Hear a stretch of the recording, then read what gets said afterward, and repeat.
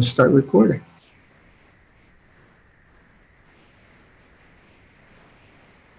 So welcome everyone.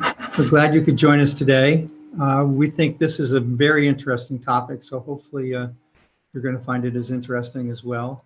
My name is Dave Myers. I am the Executive Director of the Berks Alliance, which is, I'll turn that over to John Weidenhammer to explain the Berks Alliance here in a second. We're going to welcome you to this program today. With that, I am going to turn it over to John for brief comments. John? Good afternoon, everybody. Thanks for joining us for this presentation. This is part of an ongoing series of spotlight programs that the Berks Alliance puts on so that we can inform the members of our community regarding certain things that are of interest, we think, and hopefully you do as well. So I want to start by thanking Dave for getting this presentation organized. I also want to thank our very able and capable presenters. I'm sure everybody knows by now, because I say it just about every time, that the Berks Alliance is a collaboration of anchor institutions in our community. But more importantly, we're one of the funders of this initiative, along with the United Way and the Why Missing Foundation. So this work is really important to outcomes for at-risk youth especially, but for our community in general. And I think you'll find the message particularly of interest. So Dave, I'll turn it back to you, and you can provide the ground rules for the day. Great, thank you, John. And thank you everybody for joining us. We do have some very basic ground rules. We ask that you keep your camera on so we can see we're dealing with live people, and to mute your microphone while the presentations are going on. We will ask you to use the chat function at the bottom of the screen to submit comments and questions, and we'll try to get all those asked and answered by the end of the meeting. If we don't get through them all, we will share them with our presenters and then share the comments and questions back with everybody. We do record the program, and we will share the recording with everyone who registered for the program. We do have some people who register but aren't able to join us and do watch the video at their leisure. We also will post the video on the Berks Alliance website, and we share it with our friends at BCTV for them to post as well. So with that, those are our ground rules, and we will come back to that and do the comments and questions at the very end of the program. So once again, mute your microphone, please, if you could. And I am now going to turn it over to Mike Toledo. Mike. Thank you, Dave. Good afternoon, everyone. It's a pleasure to be with you here this afternoon. John had asked me to start with maybe a song, but I want to keep you guys with us, not have you guys tune out. So we'll go ahead and we'll get started. But you know, again, why we're here today and we're here to talk about really focuses around the importance of wanting to listen to the voices of Reading, right? Listening to the heartbeat of those in our community that call Reading home. And that's truly core to the work that we are doing through the Harwood initiative. Our own experiences is that, you know, the work that we're doing in our community will only move forward when enough people, you know, intentionally choose to step forward to, as we learn in Harwood, turn outward towards one another and set into motion meaningful action that spreads through our community. And, you know, we live in a time in our country when people are looking for a more equitable, fair, just, inclusive, hopeful path forward. And they want to believe that we have the ability to be able to get things done collectively. And they feel there's a special sense of urgency. And we feel that in our community here in Reading. And we believe that Reading truly represents what America could be. And we're excited to be able to share the work that we've done and kind of where we are to date. About a year ago, Rich Harwood and I were on this webinar about and shared kind of where we were, our initial steps around the Harwood initiative here locally. We released a report that you'll find on the Hispanic Center website called Reading Thriving Together. And in that report, we talked about the importance of needing to bridge the divides in the community to create a greater sense of shared purpose and demonstrate that when we come together in our greater Reading community, we can get things done. We laid out an education agenda with 9 items. And of those 9 items that the community spoke to us about, there were 3 items that were selected. And those items were English as a second language, after school activities and programming, and early childhood education. Now, since that time, the initiative has expanded faster than we ever thought was possible.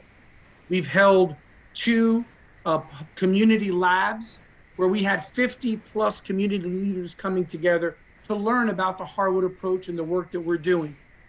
And these teams are not only moving forward, which you'll hear about in a moment, but more and more people are joining every day, which is great.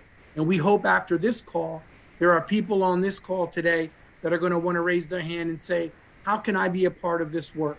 What could I do to play my role in the work that we're doing? So the work is spreading through other parts of the community, through partnerships and relationships, and we're excited about that. And we'll see where it goes, and we're really feeling optimistic about where we're taking this work moving forward. So with that, I want to pass it along to Laura Cordero, who will take the next part of our presentation today. Laura? Got it. Okay. Thanks, Mike. Yeah. So, and I just wanted to add that, about this initiative. Mike mentioned we have these 3 teams that we've been working with over the past year. We had our first 2-day in-person lab with the Harwood Institute last June. And one of the things we start with 50 community leaders. We have over 100 community leaders that have been involved with us over this past year. And when we say involved, I just wanted to kind of give a little context to that. We've had 2 of these in-person workshops. We've had in-person workspace. We have had ongoing webinars that the Harwood Institute has led. And then in addition to that, the 3 teams working in these focus areas in education have a Harwood certified coach that meets with them on a regular basis, at least monthly, sometimes bi-weekly. So one of the things that I've found that's very unique about this initiative is really what we see as a public learning journey. We have community leaders from Reading that are learning a different approach, a new framework to be more effective in our community that requires collective action. It requires, we say it as turning outward, but how do we go beyond ourselves, our own individual organizations, to create bigger impact together? And one of the things we're going to focus on this call today is one aspect of the Harwood approach to community engagement, community development of public knowledge, what we call public knowledge. And this public knowledge, we like to start, we have to start with people's aspirations as the basis for the work that we're doing. And through people's aspirations, we seek to learn their challenges and new conditions that are needed to achieve the aspirations. So when Mike mentioned the Reading report, Reading Thriving Together, over 175 community members, community leaders, members, residents were interviewed in groups or individually that contributed to that report. And that was on education more broadly and community more broadly. Now, over this past 9 months, we've continued with community conversations, but in a targeted around our 3 focus areas. So we've held community conversations on early childhood education, conversations on English as a second language, and community conversations on after school or out of school time activities. And these conversations are typically held in groups of 8 to 16 people.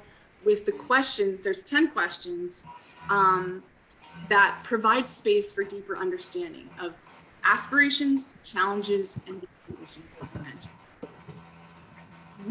We hope what we learn from these sessions really serve as a touchstone for all the discussions that we have going forward and the collective actions that we take. So this is just so critical to the Harwood approach. And, you know, I think working in nonprofits over the years, we all want to say that we're representing what the community needs. You know, and we oftentimes we start there. That's where we start, what we think is what is needed in the community, what we heard is what is needed. But we rarely are making intentional efforts to go back and reconfirm, is this really what matters to people? Do we have the right people on our team working on this? And so through the Harwood approach and through these conversations, we have to really go back to the community and asking these questions and constantly re-examine how we're moving, how we're acting, and realign our actions to what really matters to people. And today we're going to hear from each of the 3 teams about what they've been learning through their conversations and give a few minutes to each team to share. And I just wanted to mention that typically when our teams share what they've learned, this will take place over an hour at a time, because there's just so much to unpack and so much to share and learn. So this is just the tip of the iceberg, because each of our 3 teams are just going to share a couple minutes. And I want to invite you to join one of those teams or come to one of their listening sessions to learn more. And I'll also say a few of the universal themes that you can imagine we heard across the teams were issues related to safety, violence, access to information, or how public outreach is done. How can you learn about things that are happening in the community? And a big one that we heard was a greater sense for belonging in community. So we've heard that across, you know, all the conversations many of the conversations that we had. And with that, I want to turn it over to get us started with the sharing to Ashley from our team, the Early Childhood Education team. Thank you, Laura, and good afternoon, everyone. The United Way of Berks County has been leading the early childhood education team in this community work. But why early childhood education? So research shows that early childhood education programs can provide the foundation for all future learning, behavior, and health for our little ones. Between birth to 3 years old, the brain is rapidly growing. About 80% actually is developed during that age range. So the experiences during this time play a critical role for the future of the child. And children who have a high quality early learning experience are said to be more likely to graduate high school, more likely to have full-time employment, and more likely to earn more than their peers who do not have that experience. So our team includes a mix of professionals, volunteers who are committed to helping families understand their role in preparing their children for school success by choosing high quality early learning programs and by being their child's first teacher at home. So we began our journey, as Mike and Laura talked about, with community conversations. We've spoken with over 100 people living and working in Reading through 20 different community conversations. And what we learned through these conversations was that there was this aspiration for our community to provide the support needed for every youth, adult, and elder to be really the best version of themselves. And people wanted a community that invests in every child's first 5 years to support better outcomes for their entire life. People wanted to harness the power of community members to serve as mentors and volunteers, and also be able to use community spaces and neighborhood schools for early learning programming for parents of these young children to learn and grow together. But along with the aspirations, we did hear about challenges and barriers getting in the way of those aspirations. That not enough parents understand that they are their child's first teacher and that learning begins at birth. Parents may need the benefit of support and instruction in their preferred language so that they can play an active role in their child's development, and that these opportunities also need to be accessible and affordable. We heard that not enough parents understand the importance of finding quality childcare for their children, or how to determine the quality of a center if they do choose. And there simply are not enough high quality childcare providers in our community, let alone centers that are affordable and geographically available, which is also important. We also heard that not enough parents, caregivers know what services and resources are available. And when they do, they may not know how to access them. One of the things that we also heard was the stigma around seeking help and not wanting others to know that you need help. And so that may prevent people from seeking assistance as well. We continue to hold these conversations and share public knowledge to continue refreshing what we've heard over the last couple months. And we know that change is taking place, and you'll hear ripple effects throughout everyone's presentation today. So what's happening with our team? One of our participants in an early community conversation was motivated by the discussion around limited availability of activities in our community. And so he went back to his organization and was able to provide a grant to an after-school program to expand. We learned from the school district that there are ways to make schools available for the community, and they shared that process for helping community groups access the space. We also heard many times during the community conversations that people wanted to know their neighbors. Laura said this sense of belonging, and they want to feel comfortable allowing their children to play in the neighborhood playgrounds. And so you must start somewhere, and we chose to start with the neighborhood around 11th and Pike. One of our reasons for choosing this neighborhood was one of our team members lives there, and she was able to direct our team to opportunities and help get others from the neighborhood involved, which is critical in this work. And so what we've been up to, we've been out a couple of times. We learned through our conversations that movie nights in a neighborhood was really important. So we invited the Reading Recreation Commission to apply for a grant so they could expand their 3rd and Spruce movie nights to 11th and Pike Playground. And they're actually starting tonight at 11th and Pike. We've been visiting the playground during different sporting events to distribute information, give out books, have a story time. And really our purpose is to get to know these families living in this neighborhood and make those connections for them. We're actually working on organizing a few more activities for kids and information for parents at one of these next visits to coincide with the movie nights. We hope to demonstrate how you can use just simple household items to engage young children in learning activities while stressing the importance of learning during the first 5 years of life. And we want parents, families, older siblings, caregivers, anyone interacting with children to really understand the role that they can play in providing these quality early learning experiences. Parents want their children to succeed, that's a given, but may not always have the support they have to support their child's development. And so our goal as a team is really to help connect those dots for them and continue learning from our community. And so that is a little bit of what the early childhood education team has been doing over the last couple months. So we really appreciate you joining, and thank you for your time this afternoon. Thanks, Ashley. And as Ashley pointed out, we're talking today about this public knowledge, what we've learned through our conversations, but really, I just want to emphasize that these conversations are informing the action. So what we just have a relentless focus on what really matters to people. So when we're taking action as a community, collective actions as community members and community leaders, it's informed by this knowledge. But the purpose is not just gathering, we're having the community conversations, we're gathering this knowledge, but we're in this phase now of what we do with it. What actions can we take based on what we're learning? And the idea that also it's not how we do things in the community is as important as what we do.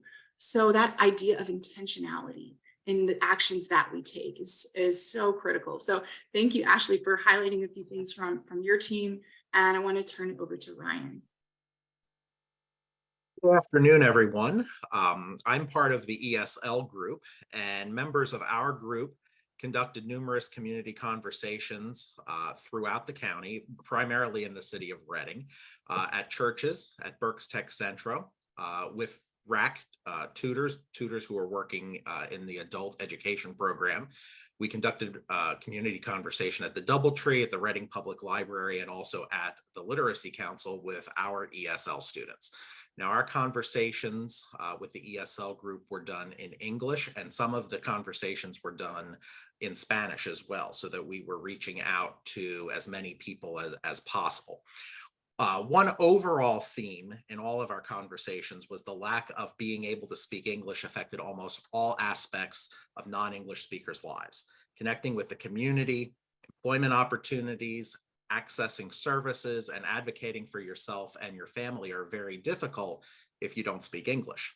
So we heard loud and clear that there was a very strong desire to learn to speak English, but there weren't enough ESL classes available or offered at times when people could attend. Among the various organizations that are already providing ESL classes, there are hundreds of people on waiting lists when you combine all of those programs together. In addition to that, transportation and childcare presented as barriers as well. There was also a suggestion that we try to find ways to offer these classes to employers of non-English speakers so that these employees could take ESL instruction at the workplace.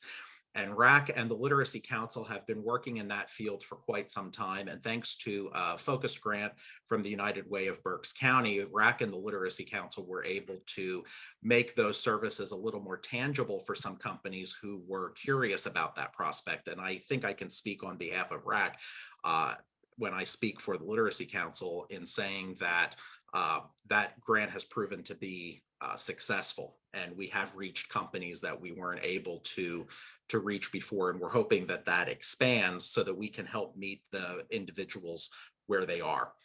So in addition to all of that, we heard that people didn't know where to go to find out about ESL classes or who to contact to enroll. And when they did enroll, they needed places to continue practice speaking English with other English speakers.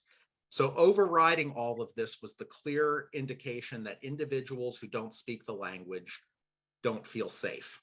And as Laura mentioned, and Mike mentioned at the very beginning of the presentation this afternoon, that seemed to be an overarching theme throughout all three of the groups, and it certainly was number one for the ESL group. So there are multiple actions that our ESL group is taking to address these issues as we speak, and we have others that are planned for the future. And I'm only going to touch on a few. The Literacy Council is planning to have what we call English Forward training, which is a program that is funded through the United Way of Berks County, and we're happy to provide for individuals who are interested in teaching English as a second language. It's an 11-hour training. And I would encourage you to contact our office if you are interested in participating in that program. And I'm going to talk a little bit about that a little bit more in a couple of seconds. The other thing that we're trying to do to help alleviate the waiting list situation, the Mother Veronica Resource Center and Sister Cara, if you're familiar with Sister Cara, they have apps that are available for individuals to practice their English skills while they're waiting to get into a class. The Literacy Council also has that opportunity for individuals who are on a waiting list. On our end, because of the grant funding that is associated with it, we are asking that people spend about an hour a week on that app so that we can make sure that it's being used to its fullest potential. And we're also working, I'm going to say that I'll call it our ESL core group, and that is the Literacy Council, RAC, the Reading Public Library, the Reading School District, and the Mother Veronica Resource Center. We are compiling all of the classes, the ESL classes that we know about that are going on throughout Berks County. And the Literacy Council has taken the lead on saying that we would be happy to populate the 211 system with the information about the classes and keep those classes active. So I would encourage anyone who's on here, if you know of any ESL classes that are going on, feel free to send that information to the Literacy Council. If we already have it, great. But if you aren't sure, send it anyway, because we would be happy to populate the 211 system. And I know that the United Way is working with us to help advertise about the 211 system throughout the community. Berks Community Health Center has offered to have spaces for classes. Some churches in the community have offered to have spaces for classes as well. And if you know of anyone who's interested in having or hosting ESL classes, please feel free to contact us. One of the other things that's happening next Wednesday evening on June the 28th is English language conversation practice at Calvary UCC in Reading, which is Pastor Steve Owensman's church. He is taking RSVPs, and we need to make sure there's a large enough presence of English speakers as well. And thanks to Calvary UCC, they'll be providing a light dinner and some refreshments for the individuals who are attending. So all of our community ESL classes that we know about have been pushing out this information to their students so that they have the opportunity to go. And again, if you're interested in going, there's no formal agenda. We're just going to practice speaking English with individuals who want to practice their English skills. And that's at Calvary UCC in Center Park in Reading. So I am proud to represent the Literacy Council and proud to work with my colleagues on this effort. I would encourage you, if you're interested in the ESL group, please reach out to me or to Aria Bradley. I think she's on the call. Violet Emery is on the call. Karen Reitmeyer is on the call. We're all happy to talk with you about joining our group. And if you would like to host an ESL class, please feel free to contact me at the Literacy Council, and we will our contact information, I guess, is going to be posted at the end of the session today. And if you would like to attend the English Forward program, please feel free to contact me as well. In addition to the one that we're going to do this summer, we're looking to do one in the fall with the Reading School District. And I believe I saw Dr. Murray on the call. We're looking forward to repeating a success that we had about 3 years ago prior to the pandemic, where we're working with the Literacy Council is working with the Reading School District and the Reading Public Library to provide ESL classes to the community within the different school buildings. And one more reminder that we need participants for the English language conversation dinner, which is Wednesday evening at Calvary UCC. So thank you very much.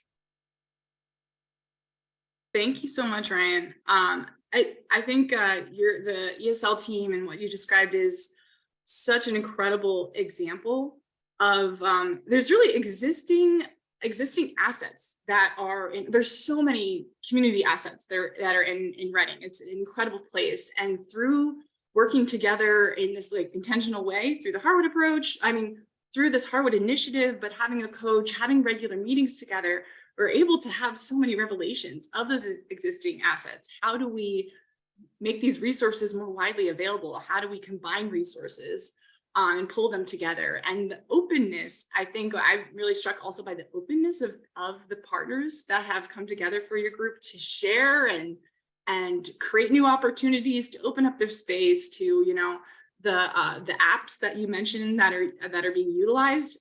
There's not this hoarding of what I have, what resources I have that I'm using for my organization. That's not existing here.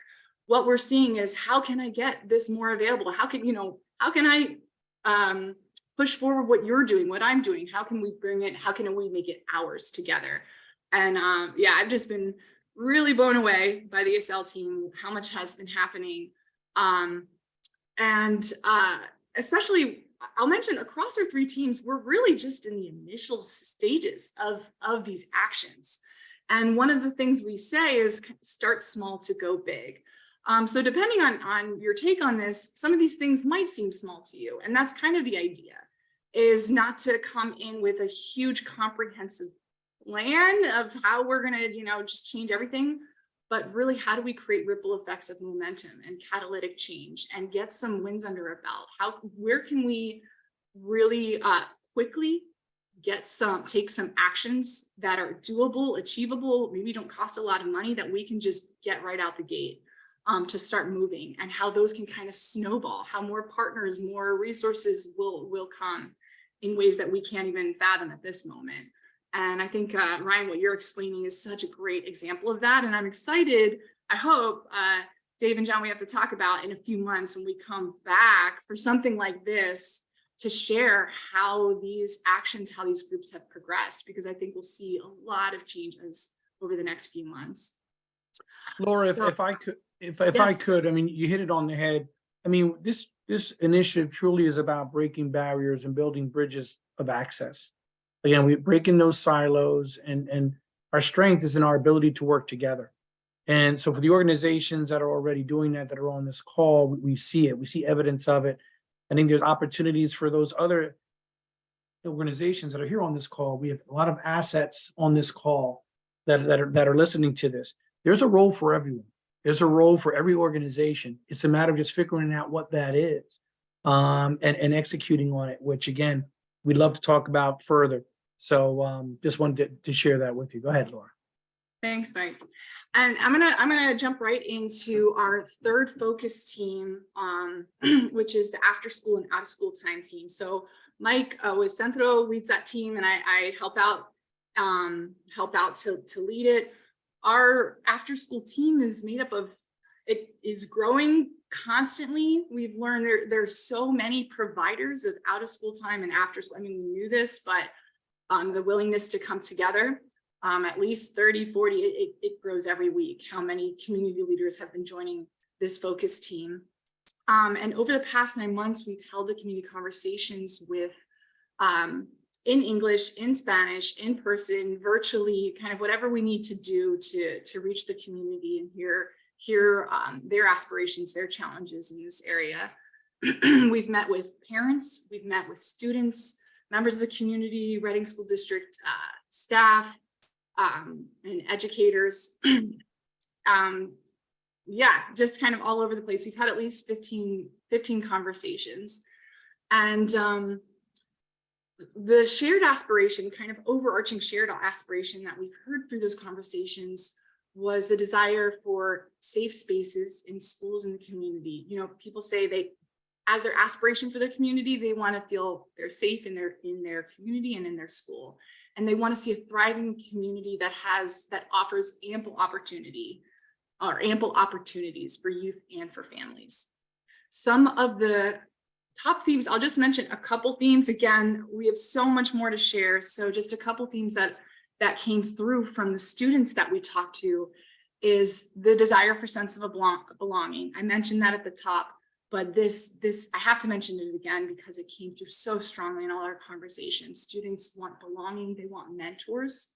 And along with that, support for mental health and well-being coming out of the pandemic. Especially, I mean, I was sitting in a few of these community conversations, and some of the stories students were sharing were quite heartbreaking, and the difficulty or not knowing where to go to access support or someone to listen to. From students, more diverse activities offered. I mean, more opportunities, but more diverse opportunities offered, especially among the middle school students that we spoke to. They were looking for more opportunities. And from some of the parent conversations, I'll just mention parents on the side of mental health, we're looking for resources to support their students, kind of at a loss of what to do, what they can do as parents to really guide and support their students that might be struggling. Looking for more offerings and after school options. And another topic that came through was the challenge to learn about what's already existing. You know, they know there's a lot out there, but not necessarily knowing where to go to get that information. And this was especially true among the Spanish-speaking conversations and the Spanish-speaking caretakers that we spoke with. Mike, I'll turn it over to you with some of the initial actions that this team has taken with those themes and with the partners that have come together to just kind of move on some of these. Sure. So, you know, as Laura mentioned, we talked about starting small to go big. And again, the Central takes great pride in serving as a convener in the community in terms of connecting community members to organizations or connecting community organizations to others. So, you know, in the work that we've done in coming together in this very short time, I just want to highlight two examples. I could give you 5 or 6, but just 2 examples that have come out of this work is a collaboration that we're excited about with the group called Voice Up Berks. You know, Voice Up Berks, working with youth, they have trained some members of their staff around suicide prevention, QPR training. And it's to train the general public around known warning signs of suicide and crises, you know, what to look for, the expressions of hopelessness, depression, things of that nature. And given the trauma that a lot of our youth and a lot of our families are dealing with post-crisis, you know, we thought how this was so critically important, and, you know, came together with this group to say, well, you know, are you able to reach Spanish-speaking families with this training, with this certification? And they shared that they're not, and would we be willing to train our staff at the Hispanic Center so that now Voice Up will have the ability to be able to provide training to Spanish-speaking families, Spanish-speaking youth. So again, breaking down these barriers of access, which I think is so critically important. Prior to this, again, we knew that Voice Up was doing great work, but we were not working together. So here's an opportunity that's come through this Harwood work. The second opportunity that we're excited about this morning, I was in a meeting with the Community in Schools. Community in Schools has received a 5-year grant to be able to do after-school programming, safe space programming in the schools where the families and the youth feel safe and comfortable. And with other partner organizations like the YMCA, BCAP, Community Services for Children, collectively, we're going to be working together for the first time starting this September in 3 schools south of Penn. We're going to be at Tyson Shaner, we're going to be at 10th and Penn, and we're going to be at Southwest, providing after-school programming and services, not just for the youth, but for the family, because we know when you bring the family in, that's where true impact can happen. So these are just 2 small examples of how this work can spread. Rich likes to call it spread as a positive contagion in terms of the work and the impact that we can have. Because again, we can only do so much on our own, but collectively, the power of the collaborative, we can truly have an incredible impact. So those are just 2 examples from the after-school programming that has come about. And there are many more. And I'm sure there are organizations, again, that are here on the call that maybe do youth programming and maybe have yet to step forward as it relates to the Harwood work. Again, we would welcome to have you come and be a part of our work. Again, everyone has a role to play. It's just a matter of figuring out what that particular role is and how we move forward together. Look, Laura, I don't know if there's anything else that you wanted to add, or if we want to take maybe questions, Dave. Yeah, we'll move to questions here in a minute, Mike. Okay, very well. Yeah, thanks, Mike. And just from what you're saying, I mean, it goes back to this idea of by turning outward to the partners that are working with us on each of these teams with our after school team. When we're looking at how we can go beyond what our individual organization is doing and how we can support one another. And really this idea of how do we make intentional choices so that we can take real action to achieve those shared aspirations that the community laid out for us. You know, that becomes our agenda and that becomes our focus. So I just want to thank all the teams for sharing. I'm going to turn it over to Dave so that we can answer any questions and maybe Sure. Laura, if I could, I'm sorry, Dave, if I could have 30 more seconds. One of the other things one of the other things that have happened organically is that other organizations or other focuses have come into play. So for example, in our community around the youth violence that we have started to see, there are some organizations, are really grassroots organizations that truly focus in that space. And they've asked if how they could participate in Harwood, but with a focus on youth violence. So there's not to say that other organizations that maybe have another focus outside of the 3 that we're already moving on, doesn't mean they cannot be established, doesn't mean that they could not be a part of the work that we're doing. So again, we want to be inclusive of all organizations in terms of the work that we're doing in the community. Just wanted to put that out there. Dave, back to you, my friend. Thank you, Mike. That actually was a point I was going to ask about, because we did do a spotlight program about violence prevention in the community. There are a number of organizations that are receiving money to do that. And a lot of activity in that area. And it seems like there could be, marriage may not be the right word, but a good relationship that could be developed here. There are some very specific questions, Ryan, for you about the ESL programs that exist right now. How many businesses are involved with this, and how much more can we get in terms of business being engaged in this process? For the Literacy Council, we are currently working with 3 employers providing ESL classes, and those programs are very different from each other. All 3 are very different in terms of the course content, in terms of the time that they're offered, and the way that the employer is compensating the employee. So I share that because if there are any employers who are interested, there's no set prescription for how these particular types of classes run. We're also in contact with 4 other businesses at the possibility of starting programs with them later on in the fall. I think Aria Bradley is on the call as well, and I'll let her answer that question on behalf of RAC, because RAC is also operating in that space as well. Okay, Aria, you're on. Yes. Hi, everyone. How you doing? Yes, we are in collaboration with Ryan. We're working to help meet the needs in the workplace. Ryan helps as part of our collaboration with our funding. Ryan helps to create the ESL for the workplace. And we are also engaging in Spanish for the workplace. So we assist with helping supervisors, managers, HR personnel, we're bridging the communication gap. That is our goal, to help companies bridge the communication gap. We have heard from so many employers that they have such great workers and they want to promote from within and want to be able to communicate. So we are working diligently and assessing the needs of the workforce.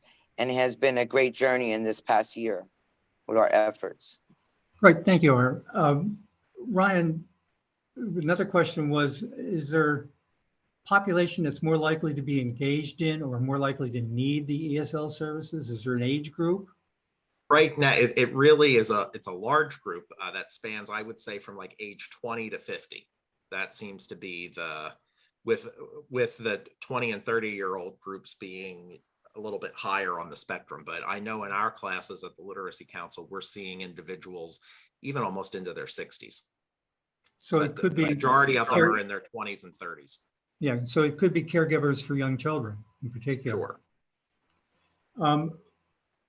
That whole idea of sense of belonging and creating some ownership seems to be a very important thing. I don't know if you want to talk a little bit more about that, why that seems to be so vital to this work.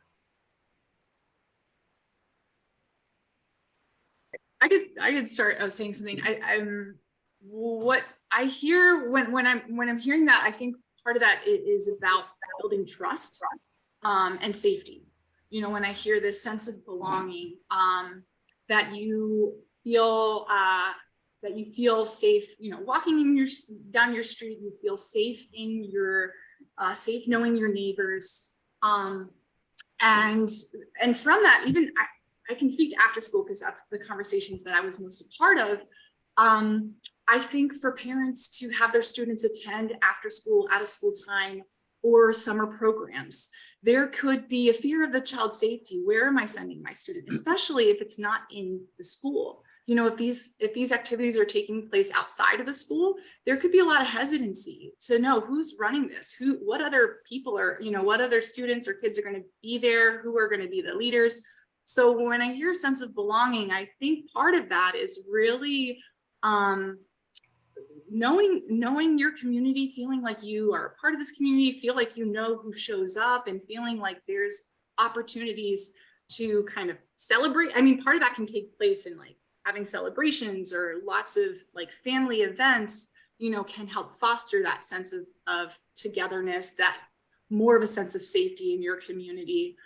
So that's one of the things I hear that impacts, and part of that is feeling safe in a variety of spaces throughout the community, hopefully every space throughout the community, but we have to create more safe spaces, and also really examine and address and do more on our part to see what are the barriers, because we think, okay, this is accessible, we're changing the time, or it has a ramp, or we're providing the flyer in Spanish, and now it's accessible, but people still aren't showing up. So we really have to dig deeper to understand, what does it truly mean to be accessible? What else can we do, to make sure that people feel comfortable to be there?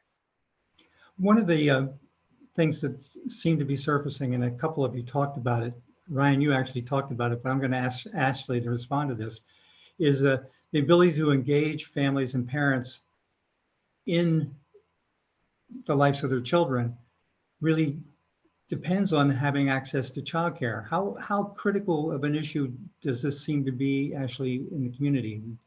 And is it a lack of resources or a lack of knowing where to go? Well, I think it's a little bit of everything. We have the ELRC, the Early Learning Resource Center, that can assist families in getting connected with resources to help cover the cost for childcare. But it's, knowing to go to the ELRC, or even knowing that childcare is appropriate for your children. Some families we've spoken with said, well, similar to what Laura just said, I don't know who's taking care of my kids there, so I'd rather just keep them at home, not realizing that, this 0 to 5 is so critical to getting them ready for kindergarten, and then just perpetuates, and, now kids aren't ready for kindergarten and future education. So it's a mix of there not being enough of high quality opportunities for families, not knowing that it is the best possible thing for a child to have this educational experience at this age, or that they can't afford it, or that it's not close to where they live or work, so it now becomes a barrier to even get children to there. So families will keep kids at home, which then they may not be able to work, or they leave work because they can't find places for their children to go until they reach school age. So there's a number of factors that don't make it easy to engage families or children, for that matter. One of the questions that came up was, it seems like a lot of the conversations have been with parents, with broader members of the community. Have there been efforts to engage children, young people, in these conversations, and how successful have they been? So we have, in the after school programming, we have had community conversations with students, middle school students, I believe Southwest, at Southern. We had a Little League baseball team, a coach brought his players in for a community conversation. So we thought that was important. Just to hear from their perspective. And again, not surprised that they shared many of the same perspectives that their parents did around the need or the wanting to feel safe, the feeling to know that they can go somewhere and not be concerned that something was going to happen to them. The need for more programming. Not every individual, not every young person wants to play basketball or play a sport. So more variety of programming are the things that we heard. So yeah, we thought it was important, Dave, to make sure that the youth are just as much a part of the community conversations and the public sharing of information as the adults as well. And just to segue, I see in the chat, there's a lot of question around. Yeah, I'm going to get to that in 1 second, if you don't mind. Okay. Well, this just turned, I'll just add on to Mike's then, but we did have a community conversation with with students from Voice Up Berks, their leadership council of students. So that actually had, that conversation included 30 30 high school students. I believe it was from most 10th, 11th, and 12th grade from every school district in the county. I think it was, I think there was 12 or 13 high schools that participated in that conversation. Our focus right now is Reading School District. And we said start small to go big. I mean, that's really our focus. But I'll let you, Dave, bring up for the next question addressing that. There's a whole side conversation going on here that I think is important. This has really been a lot of focus on Reading. The conversations have been in the city of Reading, and yet there are people saying that there are other communities where there are similar sorts of challenges, including the ones that you talked about with the 3 work groups. So why is it Reading? Is it exclusive to Reading? Is it likely to go beyond Reading? Could these things impact other communities? And are they going to be engaged in this process? And if so, how big could it possibly get? Great question, Dave. So yes, the initiative started with Reading, but again, we understand that obviously there are relationships and organizations that serve across the city and across the county. So, I mean, at the Hispanic Center, our programming is across the county. We talk about our services supporting Greater Reading, which means the city, but also the outlying parts of the city. So we are doing work in the Muhlenberg School District. We are doing work in Antietam. We are doing work with other partners in terms of the migrant population in other parts of the county. So this is, though it started in Reading because of our focus around education in the city, I believe as we continue to evolve and grow and more community partners come together around wanting to work around the Harwood way or the Harwood focus, I think we'll see this work spread as we talked about, as a positive contagion within the city and outside of the city as well, which for us, that's what we'd love to see. One of the issues, Ryan, that you mentioned was access to transportation, and that seems to be something that's a challenge beyond the city and with other people, and it's a challenge for children as much as it is for their parents. Is there any effort, any more conversation in your group about that as being a problem that needs to be solved?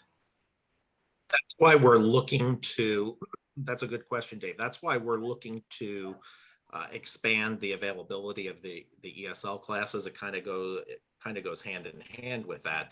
If we can get support from groups such as churches, and there are numerous churches who have reached out to us, other community organizations like the Berks Community Health Center has offered to have spaces for classes, to try to get the classes in community pockets where people can get there easily without having to rely on public transportation. Maybe they can go to a neighborhood church or a neighborhood community organization to participate in classes. But again, we would need volunteers to be able to staff those classes, which is why we want to do the English Forward training.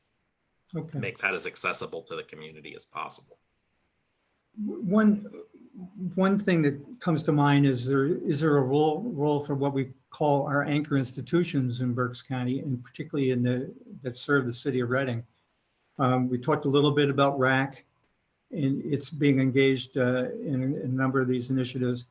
But are the health systems, is there a role for the health systems to play? Is there a role for the colleges that are in Reading to play in this sort of work? And are they engaged in it?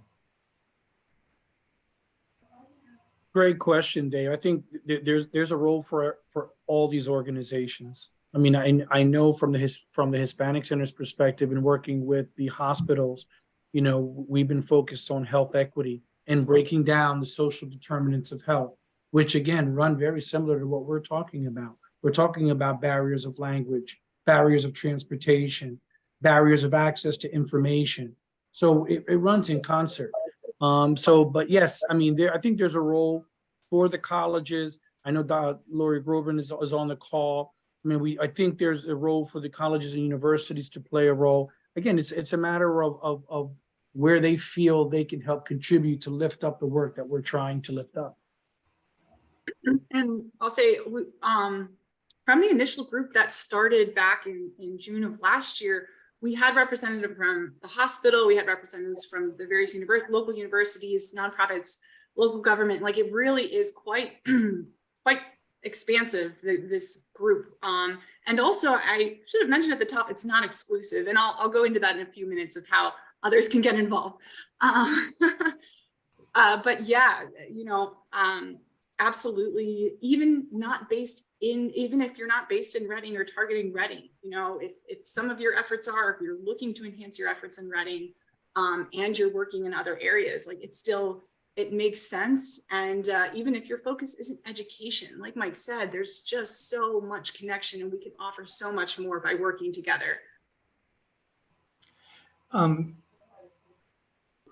A lot of the focus has been around the schools and education. What role has the Reading School District played in this process? We couldn't be happier with the contributions and the support we received from the Reading School District. Again, in terms of from day one, they have been supportive of the work, the research, the community conversations that we've had with parents and with members of the community, because they wanted to hear. They wanted to hear directly from the families, what their thoughts were, what their aspirations were, what their fears were. And we've held, periodic meetings with the district and leadership to share information. Their administration has been available for community conversations. They've made students available. So, we couldn't be more pleased with the synergies that have been established with the district. I mean, we had strong relationships with the district prior, but this work has only enhanced that support. And they're a willing partner, and see, their role was very important in this work. So yeah, we couldn't be more pleased. Great.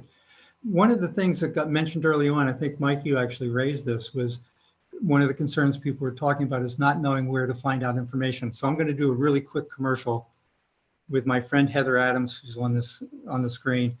We're having a conversation about doing a community forum about that very issue. Where are people going to get to know about what's going on in the community? It seems to me it's as much an issue of not having enough activities or access to events or access to but it's having access to the information to know where to go to get those resources. Is that fairly accurate?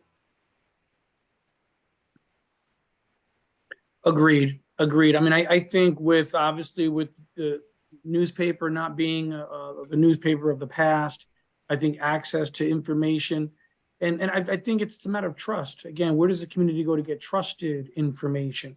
With online presence and so many different places to get information, in that becomes more and more important, in terms of where. I know with our group, we started a data mining project to try to get information out in terms of youth programming. But I think at a bigger scale, and I think you're right with BCTV, there's an opportunity there to be and I think they started a hub where providing information to the community. That's something that's truly needed and important in our community, so that they know where to go to find important information going on in the community. So sort of wrapping this up, and I'm going to go back to Laura for a quick minute here at the end of this, but it seems to me one of the fundamental principles of this Harwood project and the Harwood group is to engage the community, to empower people in the community, to create a sense of belonging. And it sounds like there's a willingness to bring more people to the table, whether there's organizations doing some of this work, other organizations doing it. So it's not a case of it's an exclusive club. Laura, do you want to talk to that for a minute about how people could be more engaged in this and why that's important? Yeah, absolutely. I mentioned at the beginning too, like this idea of a public learning journey. So I think one of the things that makes this initiative so unique is that we are the intentionality of individuals across the community coming together with the idea of how do we create a more equitable, a more hopeful, a more just society in Reading that reflects the shared aspirations of the community.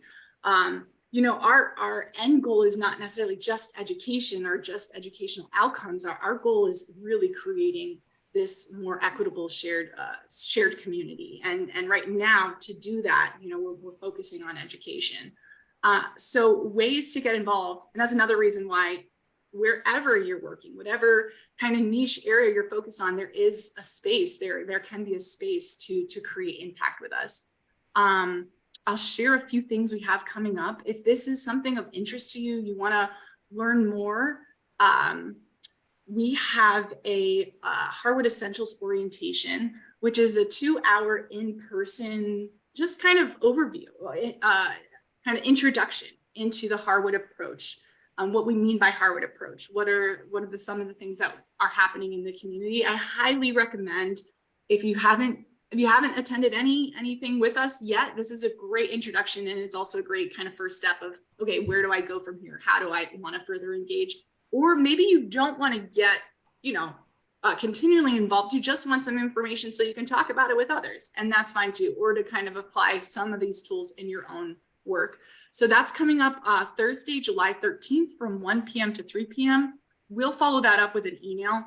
Anybody who's on this call will get that, but yeah, in person, July 13th, 1 o'clock to 3 o'clock. Other ways to get involved, if you just already know you want to join one of these 3 focus teams, we're starting with these 3, but already we have 1 or 2. Mike mentioned the violence prevention is kind of in the works of exploring if we can get another team there. So this keeps spreading, but right now we have these 3 focus teams. If you know of one you'd like to join, we'll also share the lead for each of the 3 teams to get in contact with, to join that team and join their calls. Again, these calls are typically every 2 weeks or at least once a month. And the actions, you know, be a part of those shared actions that the teams are taking at this point.